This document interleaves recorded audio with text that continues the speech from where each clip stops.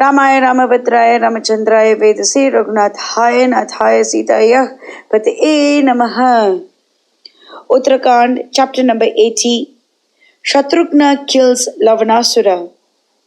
The recitation begins now. Hearing the words of the high-souled Shatrughna, Lavana was greatly enraged and again asked him to wait. And clashing his hands and grinding his teeth, he invited that foremost of Raghus, Shatrughna, to fight. And Shatrughna, the slayer of the celestials' enemies, said to the dreadful Lavana, giving vent to those words, Shatrughna was not born when thou didst defeat other kings. Do thou therefore proceed to death's abode, being assaulted by shafts.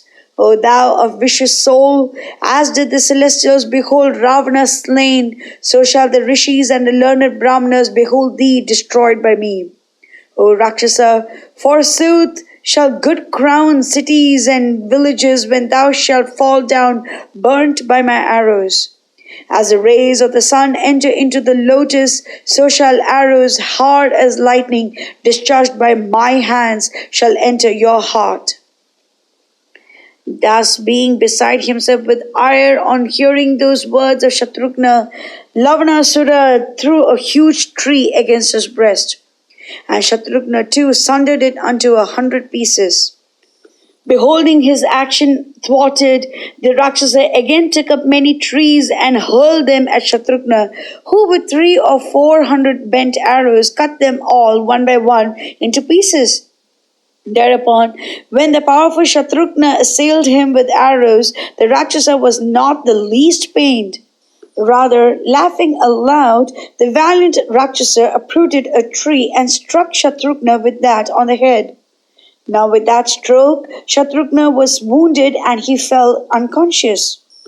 And when he fell, there arose a large and terrible uproar amongst the rishis, celestials, Gandharvas and Apsaras. Thereupon, considering Shatrughna slain, the night ranger did not enter his house, albeit he got the opportunity.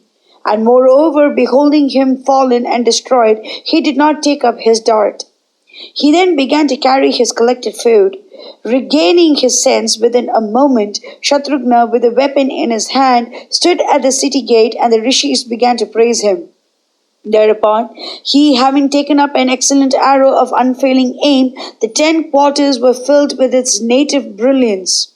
Its phase was like lightning and its velocity the same, and it looked like Meru and Mandara. Its joints were all bent. None could defeat it in battle. It was pasted with red sandal resembling blood, and its feathers were beautiful. Beholding that dart like unto the fire of dissolution, and dreadful like unto the lord of Danavas, mountains and Asuras, the creatures were greatly terrified. What more, being disturbed, the celestials, Asuras, Gandharvas, saints and Apsaras, and all other creatures of the world approached the great patriarch, the conferrer of boons, and said, The fear of the celestials and the destruction of the creatures hath arrived. Hearing those words, the patriarch Brahma replied, Although it is a source of great fear, still it is not dreadful unto the celestials. Thereupon, with sweet accents, he said, Hear, O ye celestials, Shatrughna had taken up this arrow for the destruction of Lavanasura. By the energy thereof we have all been overwhelmed. This effulgent, ever-existing arrow was made by the primeval deity Vishnu, the Lord of creatures.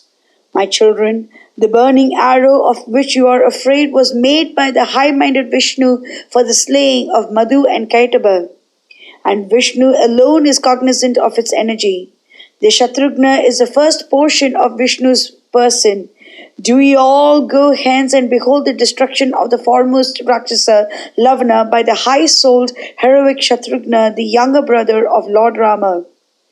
Hearing the words of the patriarch Brahma, the celestials arrived at the battlefield of Shatrughna and Lavana and saw that the arrow held by Shatrughna's hands was burning like the fire of dissolution. Beholding the welkin covered by the celestials, Shatrughna, the descendant of Raghu, emitting leonine roars, again and again looked towards Lavana.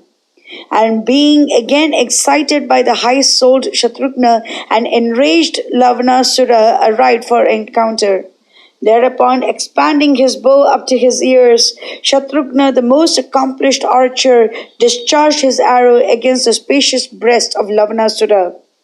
And piercing his heart, the arrow entered speedily into Rasatala. And having entered Rasatala, that arrow, honored by the celestials, again came back to the descendant of Raghu. And being pierced by that shaft, the night ranger Lavanasura fell down on earth like a mountain clapped by a thunderbolt. The Rakshasa being slain, that celestial huge arrow came into the possession of Rudra before the gods. Having removed the fear of the three worlds with one arrow, that heroic Raghu, Shatrughna, the younger brother of Lakshmana, holding excellent bow and arrows, appeared like the sun of 1,000 rays, removing darkness. Thereupon, chanting the glories of Shatrughna, the celestials, rishis, Pannagas, Apsaras said, O brave son of King Dasharatha, it is really fortunate that thou, renouncing fear, hast acquired victory, and that the Rakshasa Lavanasura hath been vanquished like a serpent.